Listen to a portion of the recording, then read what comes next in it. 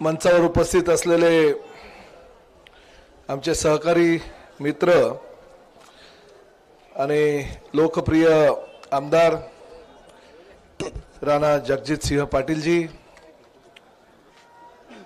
आमचे सहकारी अजित पिंगळे जी, शिवाजी अप्पा कापसे जी, बंडूभाऊ बनसोडे जी, लक्ष्मण हुलजोते जी, अरुण चौधरी जी, शिवाजीराव गिड्डे जी, मकरंद पाटील जी, राजाभाऊ गायकवाड जी, शिवाजी शिरसाट जी, अनंत वाघमारे जी, बाजीराव चव्हाण, मिनाज शेख आणि प्रामुख्यानं नगराध्यक्ष पदाच्या उमेदवार ज्यांनी अतिशय घणाघाती भाषण आपल्या समोर या ठिकाणी केलं त्या सौ राणी उर्फ सुनंदाताई शिवाजी कापसे आणि त्याचबरोबर मंचावर उपस्थित असलेले शिवसेना, भारतीय जनता पक्ष, RPI आणि सर्व आमच्या समविचारी पक्षाच्या उमेदवार, मी सर्वप्रथम आपल्या सगळ्यांना आवाहन करतो की येत्या 2 तारखेला आपल्या नगर परिषदेची निवडणूक आहे आणि ह्या निवडणुकीच्या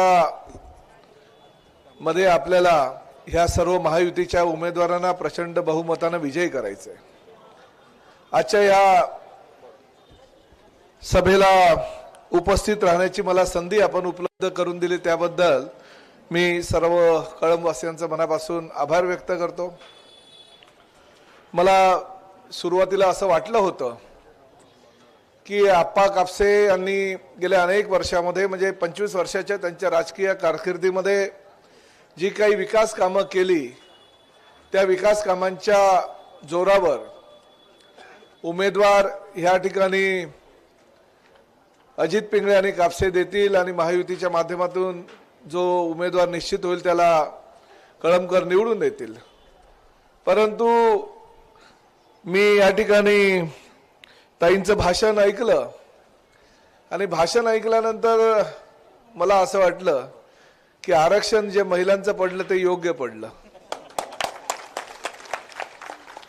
कारण ह्या 25 वर्षाच्या कारकिर्दीमध्ये आप्पाच्या पाठीमागे ठामपणे सावलीसारखी उभं राहण्याचं काम त्यांनी केलेलं आहे। 27 वर्ष जरी त्यांच्या लग्नाला झाली असेल तर ते 2 वर्ष तर थोडी म्हणजे घर समजण्यामध्ये आणि कुटुंब समजण्यामध्येच जातात, परंतु तब्बल 25 वर्ष ही त्यांनी आप्पांबरोबर तुम्हाला समजण्यामध्ये घालवलेली आहे।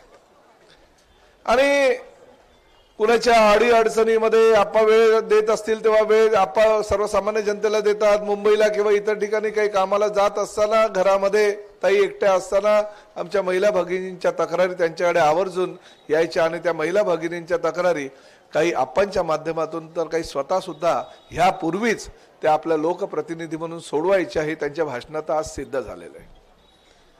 आणि आम्ही हे ठरवलेलं आहे, प्रामुख्यानं शिवसेना पक्षाची ही भूमिकाच आहे। तुम्हालाही कल्पना आहे की एकनाथ शिंदे साहेब राज्याचे मुख्यमंत्री असताना सर्वप्रथम जर त्यांच्या डोक्यामध्ये कुठली संकल्पना होती ती म्हणजे लाडक्या बहिणींची योजना, आणि आज 2.5 वर्षाच्या त्यांच्या कार्यकाळामध्ये लाडक्या बहिणींची योजना त्यांनी चालू केली। करोडो रुपयाचा निधी त्या लाडक्या बहिणींच्या योजनेसाठी त्यांनी ठेवला आणि आजही ती योजना अखंडपणे चालू आहे। विरोधक प्रचार करतात ती आज बंद होईल, उद्या बंद होईल, परंतु मी तुम्हाला आवर्जून सांगतो की जोपर्यंत देवाभाऊ ह्या राज्याचे मुख्यमंत्री आणि पृथ्वी तलावर एकनाथ शिंदे साहेब आहे तोपर्यंत लाडकी बहिणीची योजना कदापि बंद होणार नाही।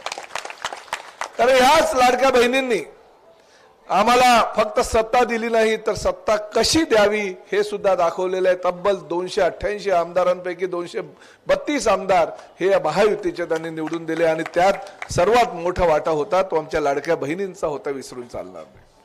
आमचे लाडके भाऊ सुद्धा होते, तुम्ही नाराज व्हायची गरज नाही, कारण शेवटी प्रत्येकाच्या घरामध्ये स्वतःची सहचारिणी, स्वतःची मुलगी, स्वतःची बायको, स्वतःची बहीण, स्वतःची आई ही सुद्धा लाडकी बहीण असू शकते, हे विसरू नका।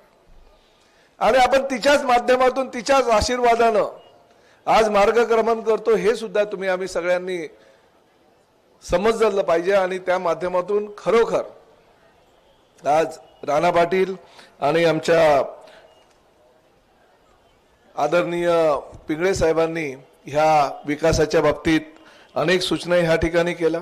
आता शेवटी पालकमंत्री आहे, जसं राज्याची जबाबदारी हातात असताना मुख्यमंत्र्यांना जे अधिकार असतात तेच जिल्ह्यात जबाबदारी हाकत असताना पालकमंत्र्यांना ह्या लोकशाहीमध्ये अधिकार दिलेले आहेत.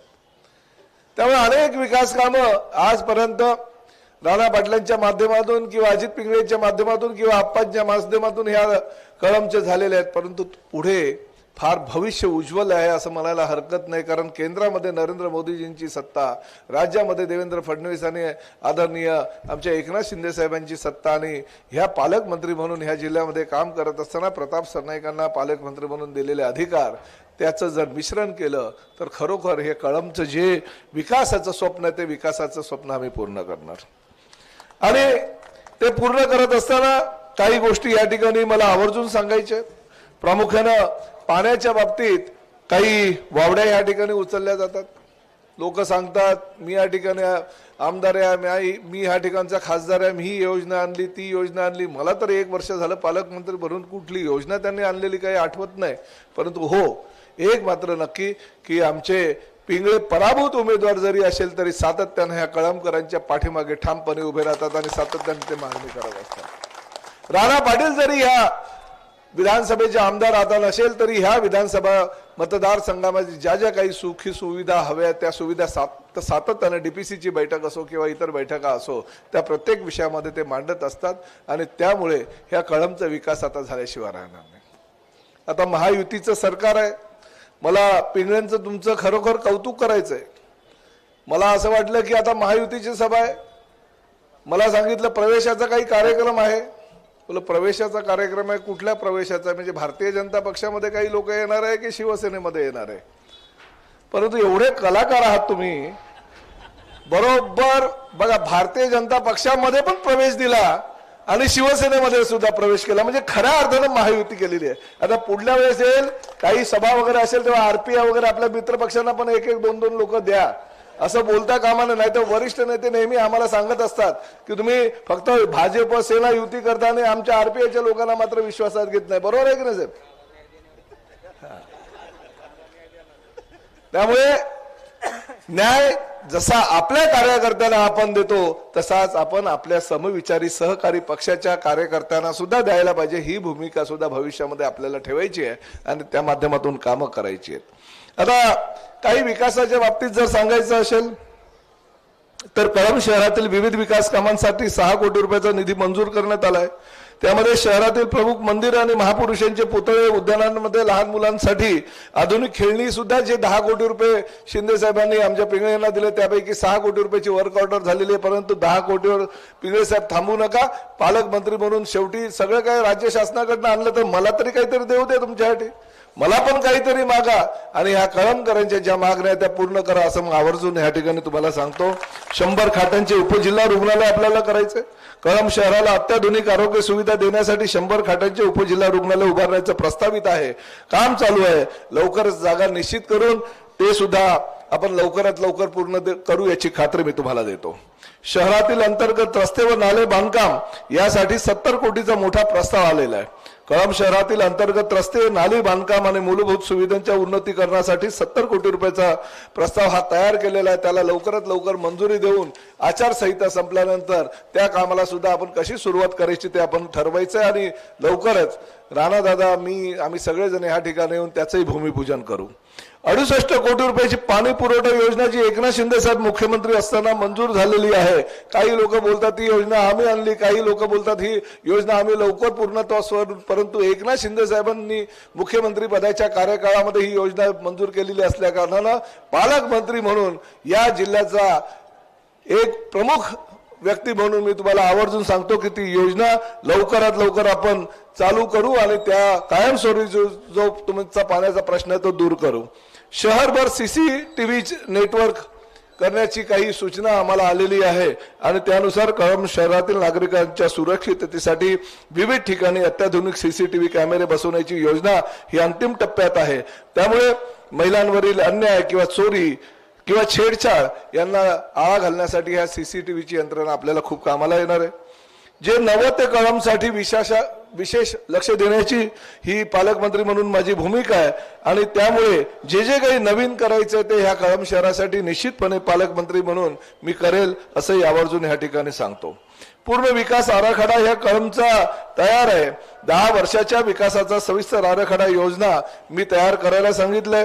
रस्ते, पाणी, आरोग्य, शिक्षण, सुरक्षा आणि रोजगार या सर्व क्षेत्रात कळमला विकासाच्या शिखरावर नेण्यासाठी ताई तुम्ही नगराध्यक्ष तर होणारच आहे, त्यात काही काळजी नाही मला, परंतु नगराध्यक्ष झाल्यानंतर ह्या भाषणामधल्या ज्या काही घोषणा मी केलेल्या आहेत त्याचा पाठपुरावा तुम्हाला करायचा आहे। तो पाठपुरावा करून लवकरात लवकर त्या योजना पूर्णत्वास येतील। फक्त भूमिपूजन करून थांबायचं नाही, तर आपल्याला त्याचं उद्घाटनही लवकरात लवकर करायचं, अशी भावना मनामध्ये ठेवून तुम्ही कामाला लागा असं मी आवर्जून तुम्हाला सांगतो।